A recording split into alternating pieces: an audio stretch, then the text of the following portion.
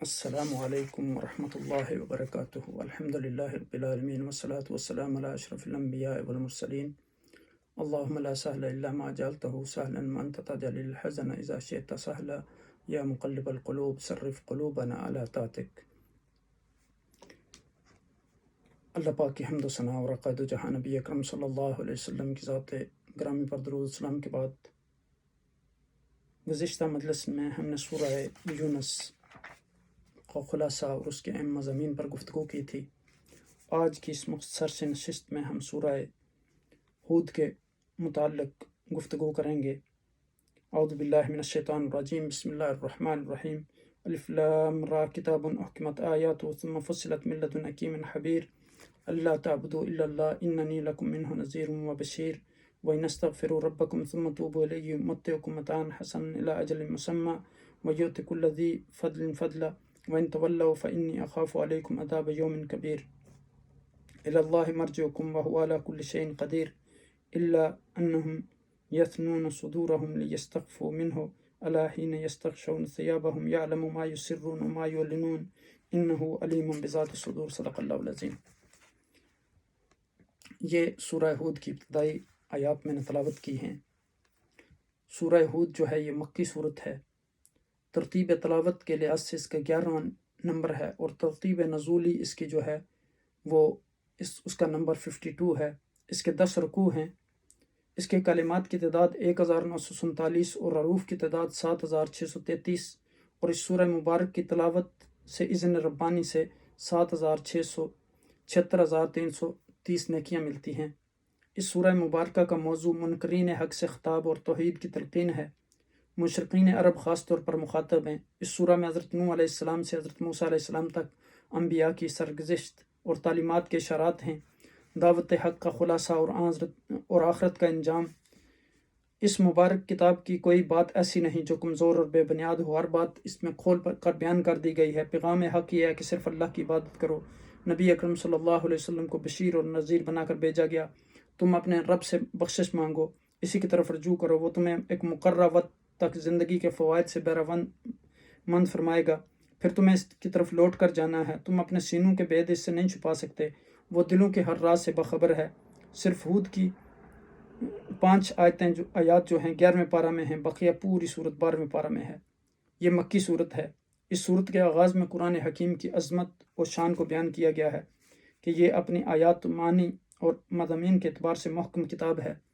اس میں کسی بھی اعتبار سے فساد اور خلل نہیں آ سکتا، اور نہ اس میں کوئی تعارض و تناقض پایا جاتا ہے۔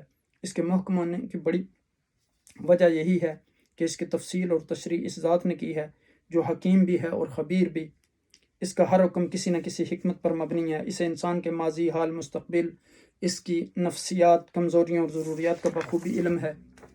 اس سورہ مبارکہ کے مضامین پر غور کرنے سے ایسا محسوس ہوتا ہے کہ یہ ایسی دور میں نازل ہوئی جس میں سورہ یونس نازل ہوئی۔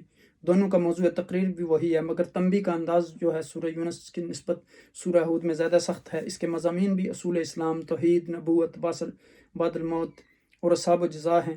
اس سورہ مبارکہ میں انبیاء علیہ السلام کے قصوں کی تفصیل، جن کو سابقہ صورتوں میں اجمالاً پیش کیا گیا، اور دعوت کی تفصیل بیان کی گئی۔ اس میں اس بات کا تذکرہ کیا گیا ہے کہ رسول کا وظیفہ خوشخبری دینا اور ڈرانا ہے، اور اسی اثناء میں قرآن کے چیلنج کا تذکرہ کیا گیا، اور اس بات کی نفی کی گئی کہ یہ کتاب منزل من اللہ نہیں ہے، جیسا کہ کفار کا ظن باطل تھا کہ حضور نبی اکرم صلی اللہ علیہ وسلم نے نعوذ باللہ جھوٹ بولا ہے۔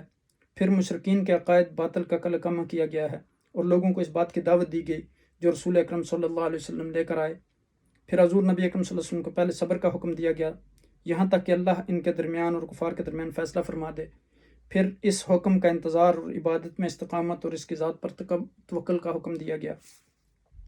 پہلی 4 آیات کا اجمالی معنی یہ ہے کہ یہ آیات اصول الدین اور یعنی قرآن، اس میں توحید اور اس کی عبادت اور رسولوں پر ایمان اور آخرت پر ایمان اور بعد الموت پر ایمان کے بیان پر مشتمل ہے۔ یہ کتاب کسی شک یا تعویل اور تبدیل کو قبول نہیں کرتا۔ تو یہاں ایک روایت اس صورت کے متعلق یہ بھی بیان کی جاتی ہے کہ سیدنا ابوبکر صدیق رضی اللہ تعالیٰ عنہ نے عقائد و جہاں نبی اکرم صلی اللہ علیہ وسلم سے پوچھا کہ ما شیبک؟ قال شیبنی ہود والواقع وعما یتساءلون واذا الشمس کورت، کہ اور پھر ایک روایت میں آتا ہے کہ روایت हूद व अखवातुहा। हदीस में आता है कि हुज़ूर नबी अकरम सल्लल्लाहु अलैहि वसल्लम से सैयदना अबू बकर सिद्दीक़ रज़ी अल्लाह तआला अन्हु ने अर्ज़ किया, मैं देखता हूँ आप बूढ़े होते जा रहे हैं, इसकी वजह क्या है? जवाब में आक़ाए दो जहां नबी अकरम सल्लल्लाहु अलैहि वसल्लम ने फरमाया, मुझको सूरह हूद, सूरह वाक़िया, सूरह निसा, अम्मा यतसालून व इज़ा शम्सु कुविरत ने बुरा किया है। दूसरी रिवायत में है कि सूरह हूद और इसकी हम मज़मून सूरतों ने बुरा कर दिया। बेपाया इनामात और इंसान का रवैया। सूरह मुबारका के आगाज़ में अल्लाह रब्बुल आलमीन ने अपनी नेमतों का तज़किरा किया और यह कि कायनात बनाकर वो गाफिल नहीं हुआ, बल्कि हर चीज़ का निज़ाम वही चला रहा है। वो इंसानों को दो तरह से आजमाता है, कभी नेमतें अता करके और कभी इनसे महरूम करके। नेक इंसान नेमतों का शुक्र अदा करता है और महरूमी पर शकवा नहीं करता। जिस तरह के सैयदना अली बिन अबी तालिब रज़ी अल्लाह तआला अन्हु ने तक़वा की तारीफ़ में कहा कि अर्रिदा बिल क़लील, यानी थोड़े पर राज़ी हो जाना। जबकि अल्लाह से गाफिल बंदे नेमतें मिलने पर आपे से बाहर हो जाते हैं, तंग दस्ती में मायूसी का शिकार हो जाते हैं और किस्मत को कोसने लगते हैं। इसमें किस्सा नूह का बड़ी तफसील से जिक्र किया गया। तूफ़ान नूह की आमद से कबल इन्हें अल्लाह सुब्हानहू व तआला ने एक कश्ती बनाने का हुक्म दिया। फिर उस कश्ती में जो लोग सवार हुए उनके लिए शर्त रखी गई कि जो अहले ईमान होंगे वो सवार होंगे। जब कश्ती में सवार हुए तो उनका हज़रत नूह अलैहिस्सलाम ने अपने बेटे और बीवी को गर्क होते हुए देखा। उनके दिल में जो बाप की मोहब्बत होती है वो जागी और अल्लाह से कहा कि या अल्लाह तेरा वादा है, ये तो मेरे आल में से है। तो अल्लाह सुब्हानहू व तआला ने उसकी नफ़ी कर दी कि ये आपके आल में से नहीं है, चूँकि इसने ईमान कबूल नहीं किया। फिर इसी तरह यानी वो कश्ती जो है वो कोई जूदी जो आजकल तुर्की में है या बाज़ लोग कहते हैं इराक़ में है पर जा लगी। अल्लाह ने ज़मीन को हुक्म दिया कि सारा पानी निकल ले और आसमान को हुक्म दिया कि बरसना बंद कर दे। चूँकि तूफ़ान के ज़रिए यानी सैलाब के ज़रिए वो ज़मीन से भी पानी शुरू हो गया था और आसमान से भी पानी पर नालों की तरह। तो फिर इस मौका पर अपने बेटे को जब गर्क होते देखा तो नूह अलैहिस्सलाम का दिल उदास था। चनाचे उन्होंने अल्लाह से कहा, रब मेरा बेटा मेरे घर वालों में से और तेरा वादा सच्चा है। तो रब ने फरमाया, नूह वो तेरे घर वालों में से नहीं है, वो तो एक बिगड़ा हुआ काम है, लिहाजा तू उस बात की मुझसे दरख्वास्त न कर जिसकी हकीकत को तू नहीं जानता। मैं तुझे नसीहत करता हूँ कि अपने आप को जैलों की तरह ना बनाए। नूह अलैहिस्सलाम ने फ़ौरन अर्ज़ किया, ए मेरे रब, मैं तेरी पनाह मांगता हूँ इससे कि वो चीज़ तुझसे मांगूँ जिसका मुझे इल्म नहीं।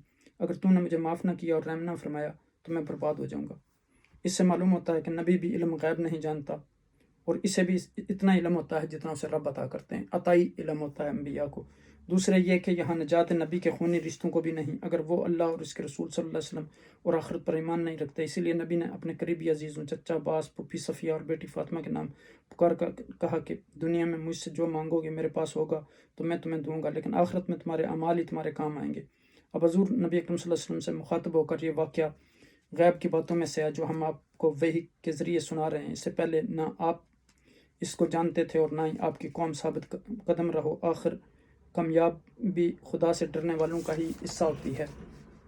फिर किताब अल्लाह की अज़मत बयान करने के बाद जो है तौहीद की दावत है और जो अकीदा और यकीन की बुनियाद है। दावत तौहीद के बाद दलाइल तौहीद का बयान है जो कि पूरी कायनात में फैले हुए हैं।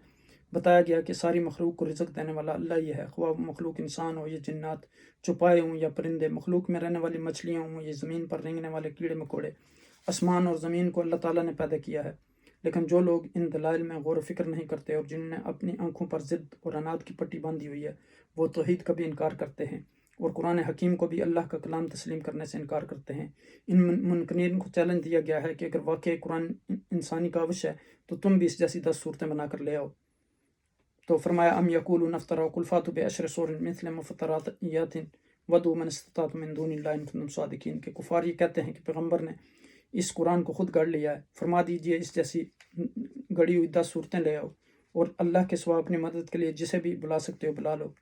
यानी do the disbeliever say the messenger has fabricated his Quran himself, say bring the footage captured like this and call to your helper whom you can accept Allah if you are truthful।